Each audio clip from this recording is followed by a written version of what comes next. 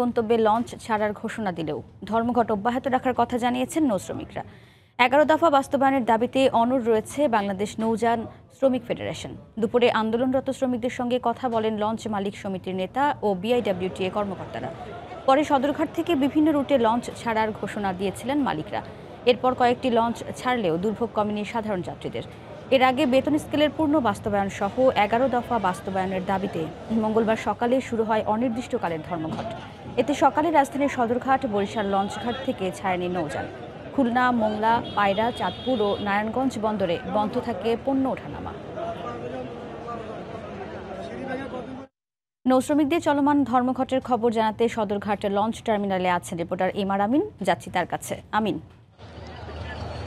স্বপ্না, আপনি জানেন যে গতকাল রাত 12টা 1 মিনিট থেকে নৌযান শ্রমিক পরিবহনের ফেডারেশনের পক্ষ থেকে তারা ধর্মঘট ডেকেছিল নৌ চলাচলে যে ডাকাতি বা চাঁদাবাজি হচ্ছে তার বন্ধের দাবিতে, এবং এসহ 11টি দাবি ছিল।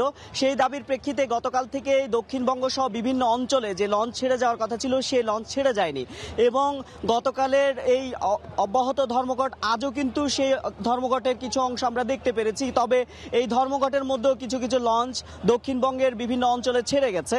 এর মধ্যে প্রায় বিকেল থেকে আমরা দেখতে পেয়েছি যে ফারহান 6 সহ ভোলা অঞ্চলে কিছু লঞ্চ ছেড়ে গিয়েছে এবং বরিশাল অঞ্চলে লঞ্চ ছেড়ে গিয়েছে। আমি যদি দেখাই, এখন সদরঘাট লঞ্চ টার্মিনালে টিপু 7 নামে একটি লঞ্চ আছে। বরিশাল অভিমুখী এই লঞ্চটি একমাত্র লঞ্চ যেটি বরিশালে ছেড়ে যাবে, কিন্তু এছাড়া অন্য কোনো লঞ্চ বরিশালের জন্য ছেড়ে যায়নি। এছাড়া চাঁদপুরের একটি লঞ্চ এইমাত্র আমরা দেখেছি ঘাটে এসে ভিড়েছে, যেটি দিয়ে যাত্রী নিয়ে যাবে বলে আমরা দেখতে পাচ্ছি, এবং কিছু যাত্রী তারা তুলেছে।